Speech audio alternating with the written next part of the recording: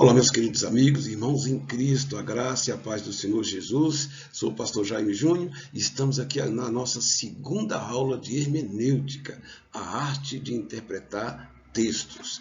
Você deve ter observado na nossa primeira aula como é importante a adoção de algumas regras, alguns princípios que nos ajudarão a entender alguns textos bíblicos, a compreender qual é o propósito ali das Escrituras sem parcialidade, sem querer levar para o meu argumento ou o argumento de qualquer segmento, mas deixando que a Bíblia fale por si mesmo.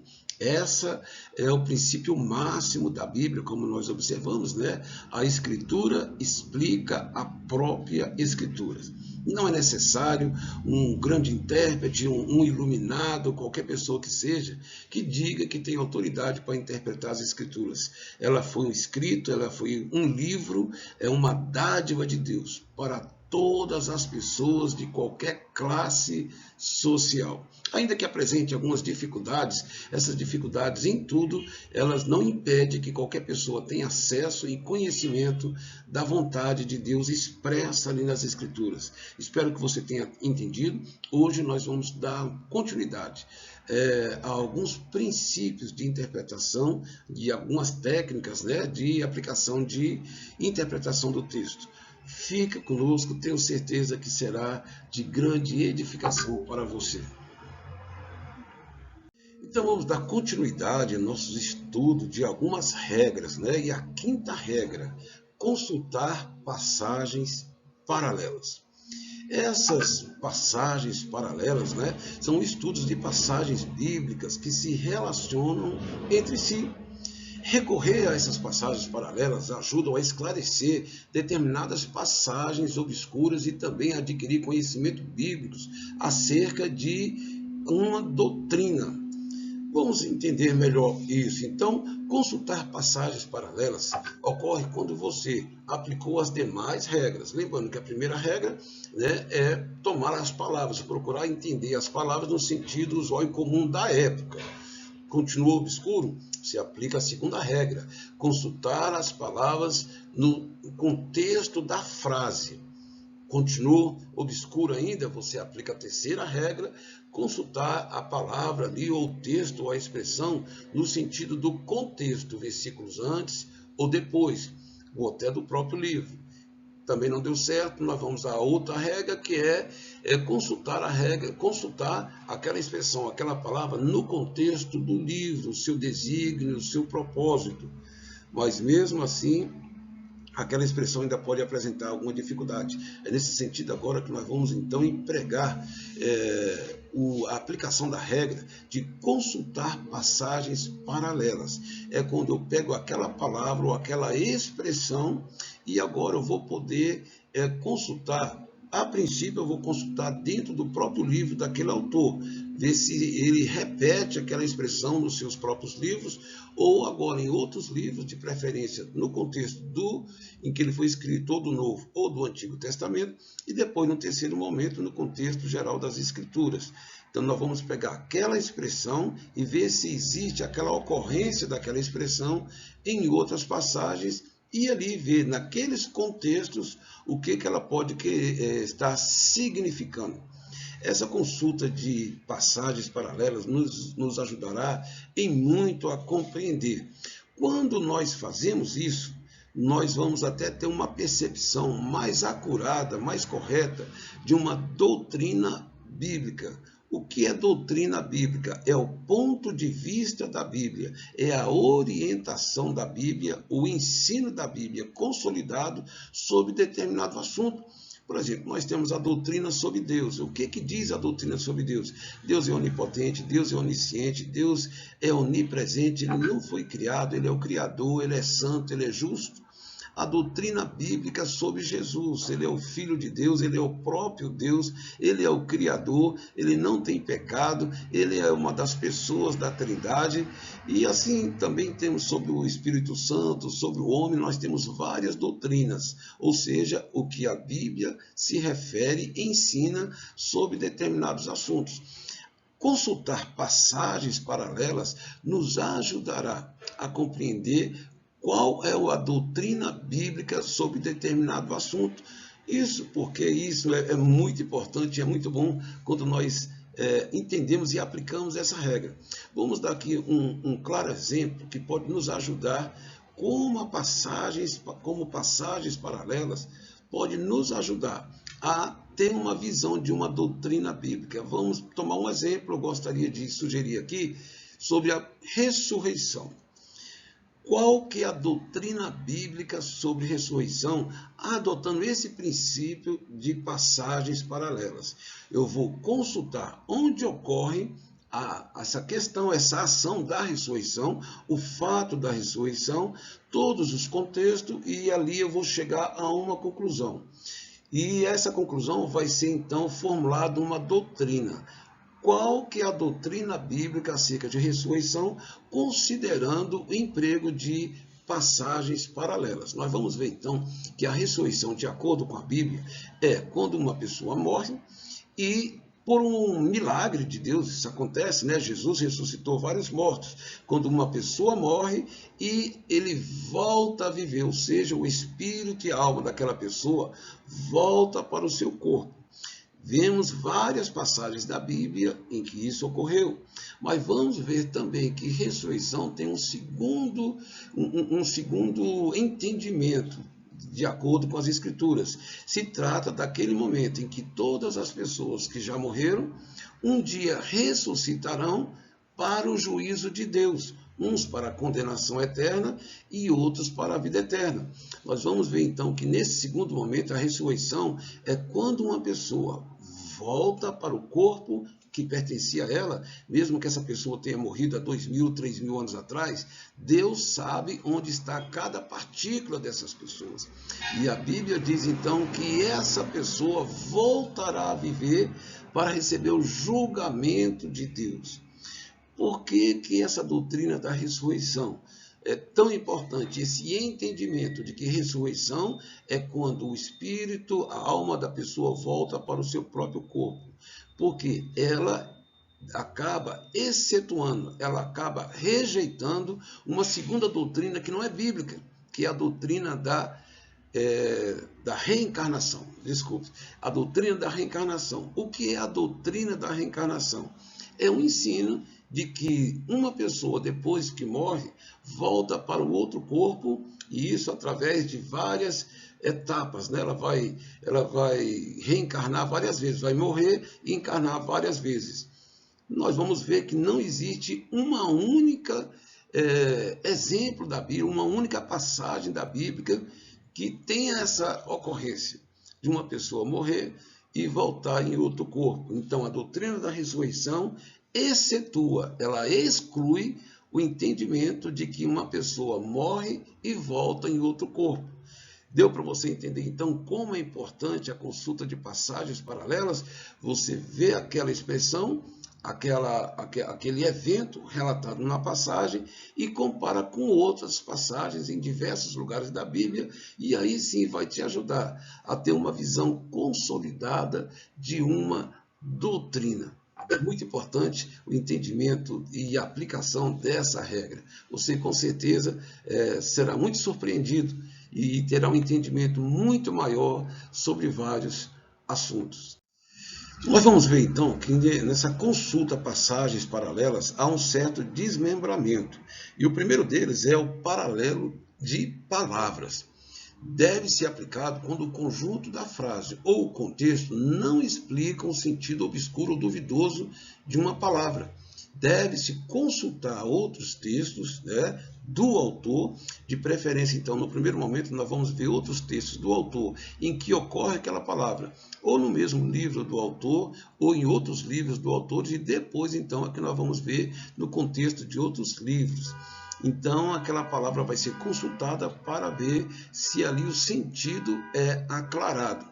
Nós vamos ver aqui um exemplo muito importante de como essa questão de paralelos de palavras é importante para nós, para a formulação de um entendimento, e um texto clássico que nós vamos ver aqui, que é muito empregado no meio evangélico, é o que está em Atos capítulo 13, versículo 22, em que diz: achei a Davi, filho de Jessé, homem segundo o meu coração, que fará toda a minha vontade.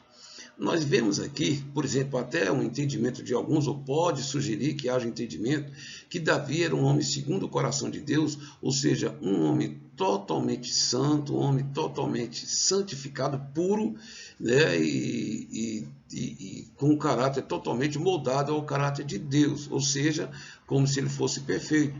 E a gente sabe que isso não é verdade. E que também o fato de Davi ter o coração segundo Deus não é uma característica exclusiva de Davi. Às vezes se pensa que Davi foi um dos únicos homens da terra que teve um coração segundo Deus.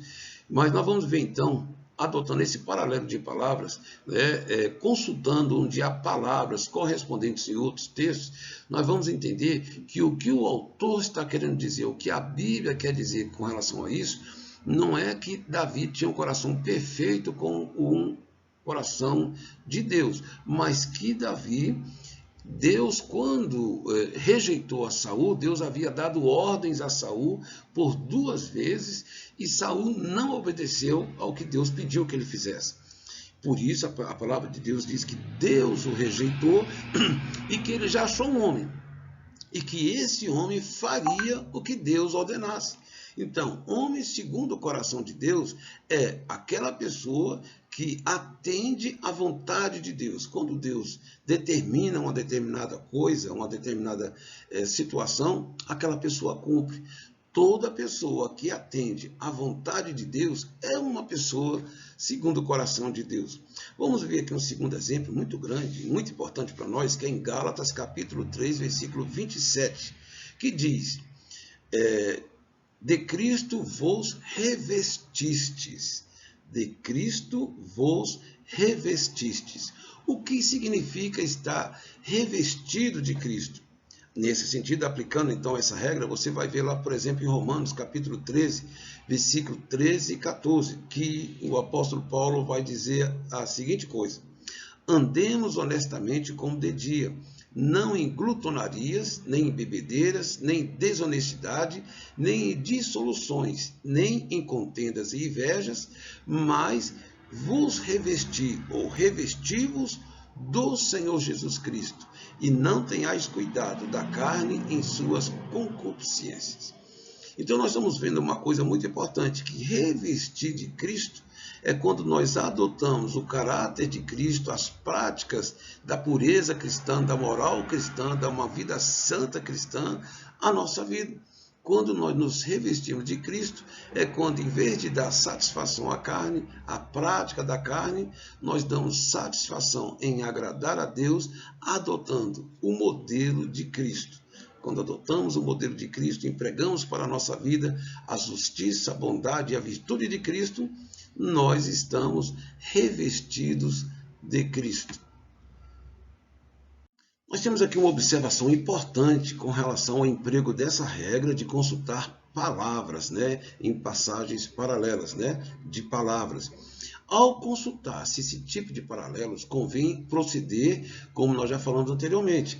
Nós vamos consultar passagens do mesmo autor em que ocorre aquela palavra, e para ver se nesse contexto é aclarado, sabendo que o mesmo autor pode usar em outro livro essa mesma palavra, mas com uma conotação diferente.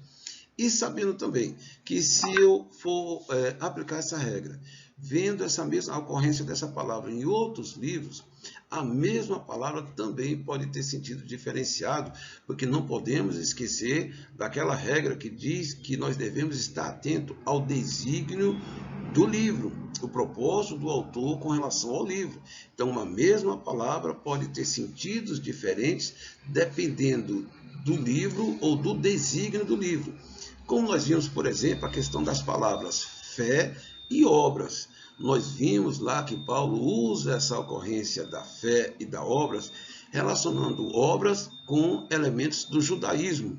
Pessoas que querem ser salvas usando ali a prática das ordenanças da lei. E fé é a confiança de que o sacrifício de Jesus Cristo é o suficiente para a nossa justificação e perdão. Mas o apóstolo Tiago, quando você vai na epístola de Tiago, você vai ver ele também usar a palavra fé e obra, dizendo que o homem, por exemplo, não é justificado pela fé, mas também pelas obras. Nesse sentido, nós temos que ver o desígnio de Tiago, como nós já até falamos anteriormente, que ele está escrevendo para crentes, e ele está querendo dizer que o crente que tem fé em Jesus tem necessariamente que produzir boas obras. Então, é muito importante nós termos aí, estar atento a esse detalhe, que uma mesma palavra pode ser usada em outro livro, com outro sentido, e nós devemos estar atentos, então, ao contexto que ele é dito e ao desígnio do livro, a quem ele é escrito e por que está sendo escrito, para não cairmos na cilada de se montar uma doutrina sem estar de acordo com o contexto geral das Escrituras, que é outra regra que nós falamos, né? Que as palavras, né, aquele sentido obscuro, ele também, quando não é esclarecido, nessa consulta de algumas regras, eu tenho que ver, então, qual que é a orientação geral das Escrituras sobre aquele determinado assunto. E assim, eu não vou cair no risco de cometer uma heresia. Deus nos ajude e tenho certeza, você vai aplicar essa regra e você vai ter boas surpresas no entendimento da palavra de Deus. E vamos agora ao segundo paralelo, que é o paralelo de ideias. No paralelo de ideias, busca-se a compreensão da parte obscura em textos relacionados, para conseguir a ideia completa e exata do que ensina a Escritura, neste ou naquele texto determinado, talvez obscuro ou talvez discutível. Consultam-se não só as palavras paralelas, mas os ensinos, as narrativas e fatos contidos em textos ou passagens esclarecedoras que se relacionam com o dito texto obscuro ou discutível. Nesse caso aí, a questão em si não está, então, na análise das palavras, mas na ideia que se está expressando. Nós vamos ver um exemplo aqui muito importante e vamos pegar o primeiro exemplo. Quando Jesus diz para Pedro, lá no livro de Mateus, capítulo 16, em que ele diz para Pedro e os discípulos: Tu és Pedro, e sobre essa pedra edificarei a minha igreja. Quando Jesus fala isso, que sobre essa pedra edificaria a minha igreja, será que Jesus está se referindo a Pedro, colocando Pedro como a pedra de sustentação da igreja? Nós vamos ver, então, aplicando essa regra do paralelo de ideias, o que outras passagens diz sobre o fundamento da igreja, sobre o qual a igreja está sustentada. E nós vamos ver, então, que não é cabível essa ideia de que Pedro é o fundamento da igreja. Nós vemos aí passagens, né, muito grandes, aqui o próprio Jesus, numa parábola, ele fala que ele é a pedra angular. A pedra angular é aquela que dá sustentação a uma obra. Vocês estão vendo aí uma figura, né, a segunda figura, dizendo que Cristo é a pedra angular, sobre a qual os construtores, que eram judeus, rejeitaram. Vamos ver outras passagens aí também em Efésios, né? E 1 Pedro 2, versículo 4 e 8, em que o próprio Pedro diz que Jesus é a pedra rejeitada, ele é essa pedra angular, e que nós somos como pedras vivas. Ele é a rocha e nós somos pedras vivas. Temos uma passagem aí do apóstolo Paulo que diz bem assim: edificados sobre o fundamento dos apóstolos e profetas, sendo ele, o próprio Jesus Cristo, a pedra angular, no qual todo edifício bem ajustado cresce para santuário dedicado ao Senhor. Então, Paulo e Pedro, e há outras passagens que deixam muito claro que ninguém pode lançar outro fundamento a não ser Jesus Cristo. Então, o entendimento de que Pedro seria o fundamento sobre o qual a igreja está construída é totalmente fora de propósito e totalmente fora do entendimento das Escrituras, porque toda construção tem que ter uma base a qual ela vai se apoiar, e Jesus deixa claro que ele é essa base, porque ele é Deus, ele é o Todo-Poderoso. Pedro deu várias mostras que era inconstante, que ele falhava, mesmo depois da ressurreição, Pedro falhava. E Jesus não, ele é a rocha, ele é a nossa fortaleza, é o nosso refúgio, ele é o sustento, ele sustenta a sua igreja em todas as fases, né, da história humana. Em muitos momentos em que a igreja quase foi destruída por perseguições, o fundamento da igreja guiou, sustentou e preservou essa igreja. Vamos ter aqui um segundo exemplo muito importante, né, em Gálatas, né, capítulo 6, versículo 15, que fala que o que é de valor para Cristo é o fato de sermos uma nova criatura. Mas o que é ser uma nova criatura? O que é estar em Cristo? Temos aí que nova criatura são todas as pessoas que passaram pelo processo do novo nascimento. A Bíblia diz que lá em 2 Coríntios, capítulo 5, versículo 17, quem está em Cristo é uma nova criatura. E, de acordo com essa passagem de Gálatas também, o que é de valor para Deus é uma pessoa ser uma nova criatura. E aí nós vamos ver, então, em João, capítulo 3, quando Jesus diz que quem não nascer de novo não pode ver o reino de Deus. Quem não nascer da água e do Espírito. Então, um homem gera outro homem pecador. Uma pessoa que é gerada pela água, que é a palavra de Deus, e o Espírito, que é o Espírito Santo, vai gerar naquela pessoa uma nova criatura. Então, uma nova criatura que agrada a Deus, uma nova pessoa que agrada a Deus, é aquela que passou pelo processo do novo nascimento, se tornou uma nova criatura. Se tornar uma nova criatura para Deus é mais importante do que uma pessoa somente se filiar ao movimento cristão sem ter passado e ali se esforçar em ter boas obras.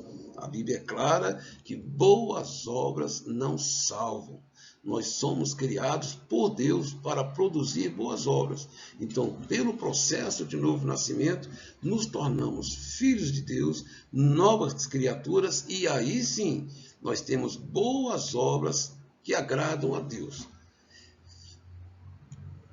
Vamos agora aqui ao emprego dos paralelos, né, que são os paralelos de ensinos gerais.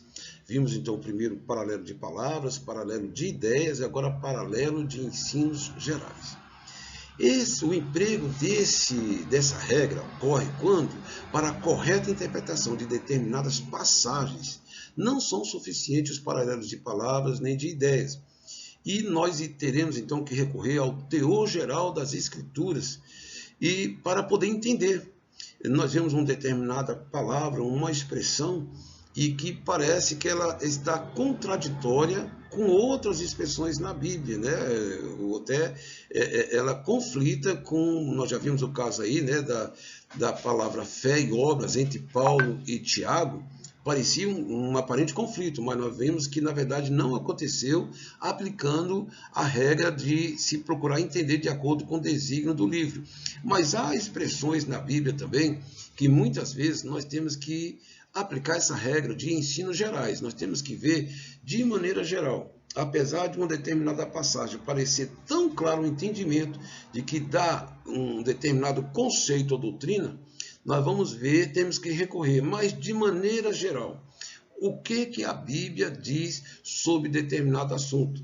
Por isso que você vai ver muitas vezes, né? Paulo, por exemplo, ali em 1 Coríntios, capítulo 15, versículo 3, ele diz, olha, eu vos entreguei o que também recebi, segundo as Escrituras, de que Jesus haveria de padecer. Paulo usou essa expressão, e segundo as Escrituras, querendo dizer que, de acordo com as revelações da Bíblia, Cristo haveria de morrer. Então, nós vamos ver expressões que demonstram, né, qual é o conceito geral das Escrituras sobre determinado assunto.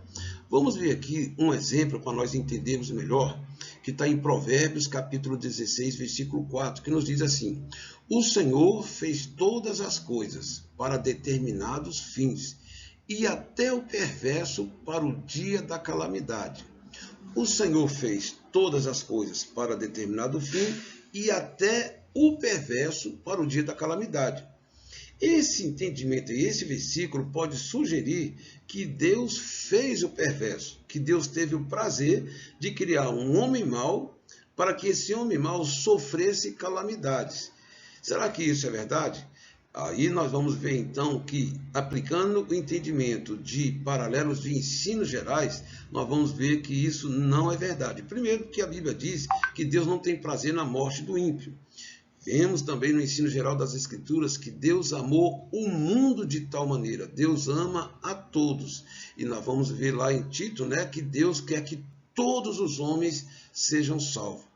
Então, o ensino geral das Escrituras é que Deus não tem prazer na morte, que Deus tem prazer em salvar e quer que todos se arrependam para alcançar essa salvação. E nesse contexto, então, o que esse versículo pode estar querendo dizer quando diz que Deus fez o perverso para o dia da calamidade? Então, nós vamos ver pelos ensinos gerais e por alguns contextos que homens perversos, vamos supor, como Faraó, né? Deus amava Faraó, queria salvar Faraó. Mas Deus sabia que Faraó nunca iria se curvar a Deus, primeiro porque a arrogância e o orgulho fazia Faraó acreditar que ele mesmo era um Deus, então ele não podia se curvar para não ser envergonhado diante do povo do Egito que o considerava um Deus. Deus então usou a obstinação de Faraó para glorificar o seu nome, né? Fazendo com que o coração dele fosse endurecido a cada milagre que acontecia.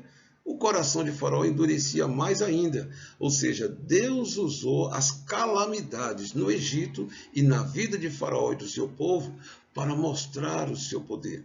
Então, quando a Bíblia diz então que Deus fez até o perverso para o dia da calamidade, é que o perverso vai colher o seu estilo de vida, a sua desobediência, no dia da aplicação do juízo de Deus sobre a vida dele, mostrando para a humanidade que Deus é Deus, juiz sobre os bons e juiz sobre os maus também.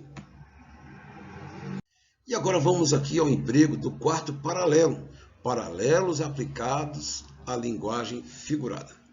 Às vezes é preciso consultar paralelos para determinar se uma passagem deve ser tomada ao pé da letra ou no sentido literal. Inclusive a Bíblia é recheada disso, é uma didática de Deus, de através de expressões figuradas, de imagens, né, representar algo sobre o seu caráter, sobre a sua vontade ou sobre aquilo que ele pretende fazer. Nós vemos, por exemplo, uma expressão que muitos têm visto na Bíblia sobre o cálice da ira de Deus, em que Deus haveria de derramar sobre a terra o cálice da sua ira e que esse cálice deixaria os homens aturdidos, embriagados. Nós vimos aí expressões como essa no livro de Apocalipse, né? Nós temos aí as 7 taças da ira de Deus e em várias passagens do Antigo Testamento. Mas será que é literal mesmo? Será que esse cálice é um cálice que existe, a qual Deus vai virar esse cálice com o líquido da sua ira, né? O líquido, o vinho da sua ira sobre a terra? Nós vamos ver que não. Na verdade, o que ele está querendo dizer, nós vemos em passagem aí como Isaías, né, que o que Deus está querendo dizer é que ele haveria de derramar o seu juízo, o seu furor, a sua indignação sobre a terra, de tal maneira que a humanidade rebelde, obstinada com relação a se submeter à vontade de Deus, vão ficar atordoados. A humanidade que sempre rejeitou a Deus, que sempre excluiu a Deus, infelizmente, um dia vai ter que beber esse cálice da indignação de Deus. Estarão desamparados, já que rejeitaram aquele que poderia ser o seu amparo, o seu salvador, o seu sustentador. Chegará um dia em que Deus, então, vai demonstrar o seu desamparo e a sua ira. E os homens sofrerão, estarão atordoados, desorientados com relação a todo o mal que haverá de suceder sobre a terra, em que a Bíblia diz que os homens desmaiarão, que os homens clamarão desesperadamente e não acharão mais socorro. Vemos aqui que a aplicação dessa regra é muito importante entender que essas figuras, quando são aplicadas, não quer dizer que devem pegar todos os elementos daquela figura e ser aplicado. Há pontos das figuras que não vão corresponder exatamente. Vamos aqui dar um exemplo. Por exemplo, quando a Bíblia diz, e o próprio Jesus diz, que nós somos ovelhas do seu pasto. O livro de Ezequiel, lá no capítulo 34, fala isso também, né? Que nós somos, que o povo de Israel são as ovelhas do Senhor. Ide as ovelhas perdidas da casa de Israel. Então, ao uso da expressão ovelhas, nós vamos ver os pontos de ligação. Uma ovelha é um animal totalmente dependente da proteção do pastor, e a qual o pastor tem o prazer de lhe dar o cuidado. Então, quando a Bíblia nos compara a ovelhas, nós vamos ver aí o ponto de semelhança que há entre ovelha, o caráter da ovelha, a sua fragilidade, para poder, então, identificar com o que o autor está querendo dizer.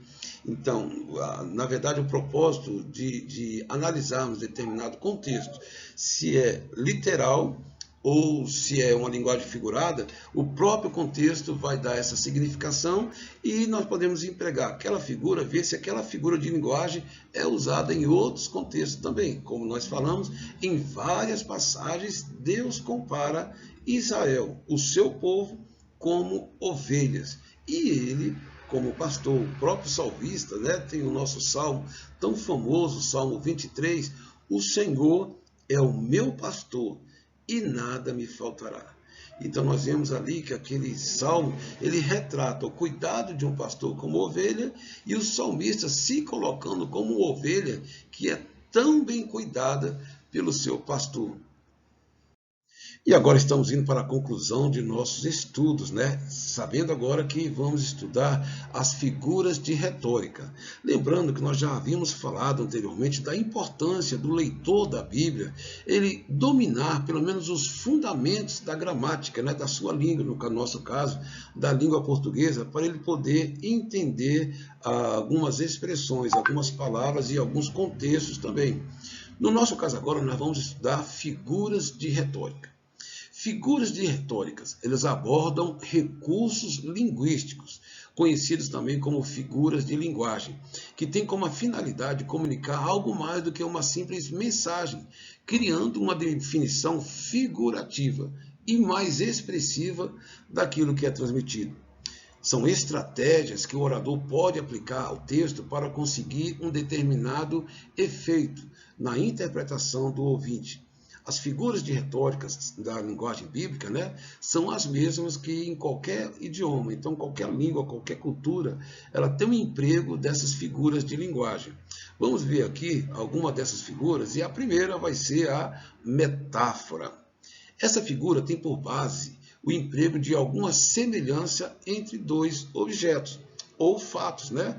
Vamos aqui ver que essa figura, então ela vai fazer uma analogia entre dois objetos, ou entre uma pessoa e um determinado objeto. Vamos supor, pelo menos, pelo caso aqui, Jesus se referindo à igreja. Ele diz, vocês são a luz do mundo. Está claro aí que, assim como a luz ilumina, a igreja tem esse papel também de trazer luz a um determinado povo ou pessoa que está em trevas espirituais de conhecimento de Deus.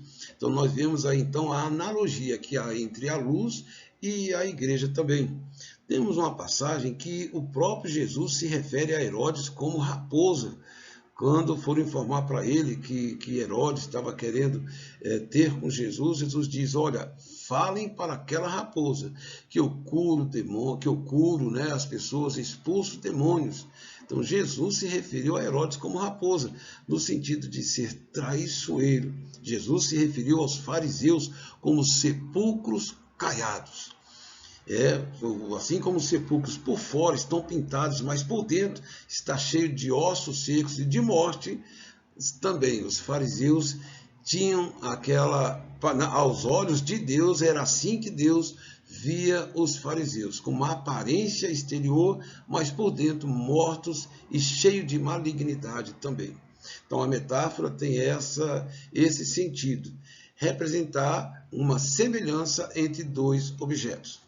Temos aí também a sinédoque, que faz uso dessa figura quando se toma a parte por o todo ou o todo pela parte, o plural pelo singular ou o gênero pela espécie ou vice-versa, né? Vamos ver aí que nós vamos ter várias vezes em que essa expressão vai ser usada. Por exemplo, quando os judeus dizem, olha, toda a terra está em pranto, toda a terra está destruída. Ou quando os judeus se referem ao apóstolo Paulo, dizendo que ele, Paulo, tem levado essa doutrina por toda a terra, né? Então, na verdade, o que está querendo dizer essa expressão terra, muitas vezes, não é todo o globo terrestre, mas é a região conhecida pelo autor. Ele pega a parte como se fosse um todo. A minha alma repousará, ou que nós vemos aqui o salmista dizendo, a minha carne repousará segura. Né? Na verdade, o que ele queria dizer é que a sua carne, né, no caso, não é o seu corpo físico, porque a sua carne, quando ele morrer, ela vai apodrecer. A sua carne, ele está querendo dizer que o seu ser estará repousando quando ele estiver com o Senhor. Então, essa sinédoque, ela toma a parte por um todo, ou todo por uma parte, ela faz esse tipo de aplicação. Vamos agora ver um terceiro exemplo muito importante para nós. E agora a figura da prosopopeia. Usa-se essa figura quando se quer personificar coisas inanimadas, atribuindo-lhe os efeitos e ações de pessoas. Por exemplo, nós vemos quando o apóstolo Paulo fala da morte como uma pessoa dizendo, onde está, ó morte, o teu aguilhão? Ele está perguntando para a morte, né, como se ele estivesse dialogando, né, com a morte. O próprio apóstolo também, o apóstolo Pedro, né, fala que o amor apaga a multidão de pecados. O amor não é uma pessoa para apagar a multidão de pecados. Então, são dois eventos inanimados, né, em que é personificado, e isso, então, nesse contexto aí é que nós usamos e interpretamos como uma figura da prosopopeia. Outra figura que nós temos aqui é a ironia. Faz-se uso dessa figura quando se expressa o contrário do que se quer dizer, porém sempre de tal modo que se faz ressaltar o sentido verdadeiro. Ou seja, apesar da pessoa estar usando uma determinada expressão, o que ele quer dizer é ao contrário, e o contexto indica isso. Isso é muito comum, né? A Bíblia não fala muito sobre ironia, mas há alguns pontos que trata de ironia. Por exemplo, quando o Senhor diz para o povo lá de Israel, né, aplicando um versículo da Bíblia, porventura vocês não são deuses? Mas também nós vemos isso que é muito mais comum na cultura ocidental. Por exemplo, uma mãe quando chega em casa indignada com a bagunça que as crianças fizeram, e aí a mãe diz, olha, mas vocês fizeram muito bem, está tudo muito bem arrumado nessa casa. Na verdade, o que ela quer dizer é que a casa está uma bagunça. Temos a figura da hipérbole, né? É a figura pela qual se representa uma coisa como muito maior ou menor do que na realidade. E para representá-la de forma viva, né, a imaginação. Então nós temos aí, tanto a ironia como a hipérbole são muito pouco usadas nas escrituras, mas ocorre também. Nós já vimos quando os judeus que foram fazer, né, aquela visita lá em Canaã, que foram espiar a terra de Canaã, quando eles voltaram impressionados com o tamanho dos gigantes, eles disseram, olha, os nossos inimigos são como gigantes, os habitantes de Canaã, e nós somos como gafanhotos aos olhos dele. Também é muito comum a expressão, né, que nós aqui, quando já estamos um pouco nervosos por ter que repetir uma determinada orientação, e a gente usa a expressão, eu já disse 1 milhão de vezes isso e aquilo. Né? Então essa aí é um claro exemplo do que é uma hipérbole. E temos, por fim, a fábula, que é uma alegoria histórica, pouco usada nas escrituras também, na qual um fato ou alguma circunstância é exposto de tal forma a personificar coisas ou animais. Por exemplo, nós temos aí em 2 Reis capítulo 14, versículo 9, que diz assim, o cardo, que é uma árvore, né? O cardo que está no Líbano mandou dizer ao cedro, dá a tua filha por mulher a meu filho. Claro que o contexto vai indicar o que exatamente está querendo dizer, mas esse aí é um exemplo claro, né, de uma figura de linguagem que é a fábula. E vamos agora ao estudo da figura da parábola. A parábola é uma espécie de alegoria apresentada sob a forma de uma narração. Ela relata ou narra fatos naturais ou acontecimentos possíveis para declarar ou ilustrar verdades espirituais. Foi largamente empregada por Jesus, né? E como nós falamos aí, o propósito de uma parábola é usar figuras do cotidiano do homem para trazer aplicações espirituais sobre aquela determinada narrativa. Nós, por exemplo, vemos aí várias figuras, por exemplo, a parábola do trigo e do joio, em que Jesus está deixando claro um dia de uma separação definitiva entre dois grupos de pessoas que convivem, né, no contexto da religião, da fé em Deus, mas que não praticam. Tem o que praticam, que é o trigo, e o que não praticam, que é o joio, e haverá uma separação definitiva. Vemos a parábola do filho pródigo, da ovelha perdida, várias parábolas que tratam de assuntos do cotidiano, mas que têm uma aplicação espiritual. Temos a figura da antítese, que significa colocar uma palavra contra a outra. Inclusão na mesma frase de duas palavras ou dois pensamentos que fazem contraste um com o outro. Nós vemos muito isso aí nas Escrituras Sagradas, né? Trata-se de uma figura retórica muito eficaz que se encontra em muitas partes da Bíblia. O mal e o falso servem de contraste ou fundo com o que se declare bom e verdadeiro. Nós vimos aí essa figura muito comum lá em Deuteronômio, aplicada por Moisés, que diz assim: vê que proponho hoje a vida e o bem, a morte e o mal. Temos aqui um contraste ou antítese dupla. Também nós vemos aí: os céus e a terra tomo hoje como testemunha contra ti, que te propus a vida e a morte, a bênção e a maldição. Então é uma expressão, né, uma figura de linguagem muito ocorrente na Bíblia Sagrada. Temos aí também agora a figura da retórica da interrogação. É muito importante que a gente sabe que a interrogação é muito comum numa frase, mas o que é particular nessa figura de linguagem é que a interrogação, nesse sentido, ela não quer exatamente obter uma resposta do ouvinte. É uma interrogação em que ela mesma, de certa forma, já está embutida a resposta. Por exemplo, quando o Senhor fala: porventura não fará o juiz de toda a terra? Não fará justiça o juiz de toda a terra? Está implícito que Deus vai fazer o juízo, vai trazer juízo e justiça, né? Então, a particularidade é que na interrogação como figura de linguagem, não se espera exatamente uma resposta do ouvinte, mas que ela é colocada de tal maneira que o ouvinte entenda o que se está colocando. Temos aí a figura do paradoxo, né? Denomina-se paradoxo a uma proposição ou uma declaração oposta à opinião comum. Ela traz um certo impacto, né? Ela dá um ar de ser uma coisa ilógica. Uma afirmação contrária a todas as aparências e, à primeira vista, ela parece absurda, impossível ou em contraposição ao sentido comum. Porém, quando ela é estudada com mais detidamente ou meditando nela, torna-se correta e bem fundamentada. Jesus, ele aplicou essa figura, esse paradoxo, né? Por exemplo, quando Jesus diz, lá em Mateus 23, 24, coais o mosquito e engolis o camelo. Claro que um mosquito, né, ele é muito pequeno, coar um mosquito e engolir um camelo, que é um tamanho enorme. Na verdade, o contexto vai indicar que os fariseus, né, eles davam valor às coisas que não eram para se dar tanto valor e desprezavam as coisas que tinham real valor. E Jesus também usa a expressão, né?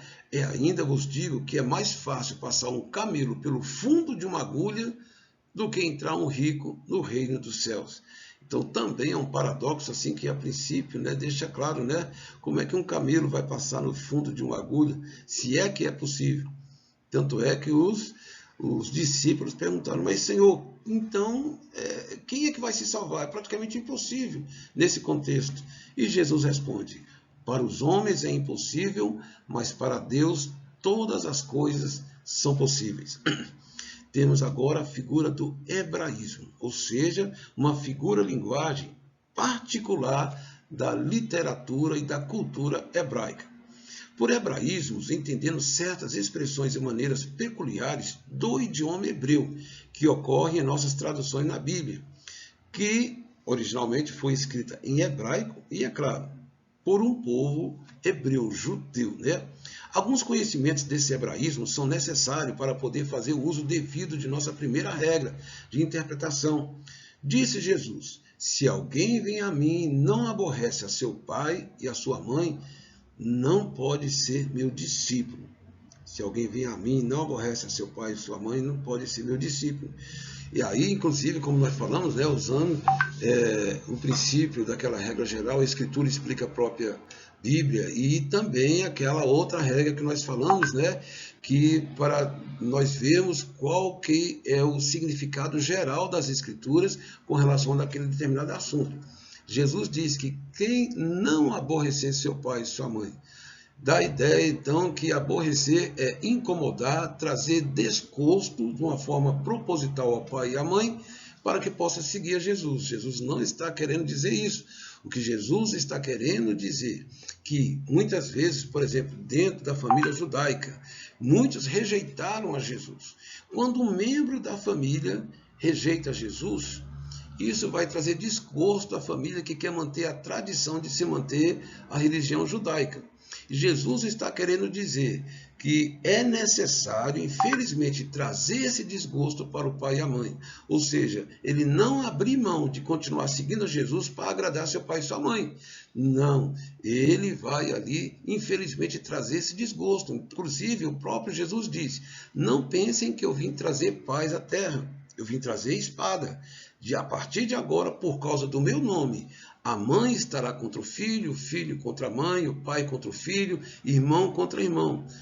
Jesus, então, vem trazer perturbação? Não. O que Jesus está querendo dizer é que quando um membro da família se converte e essa família não segue ao Senhor, tem uma tradição religiosa que não está de acordo com os ensinos de Jesus, quando aquele membro se converte, ele vai trazer desgosto, vai trazer ali uma certa perturbação no contexto familiar, mas é necessário que aquele crente não abra mão, mesmo entristecendo seus pais, não abra mão de ser fiel a Jesus.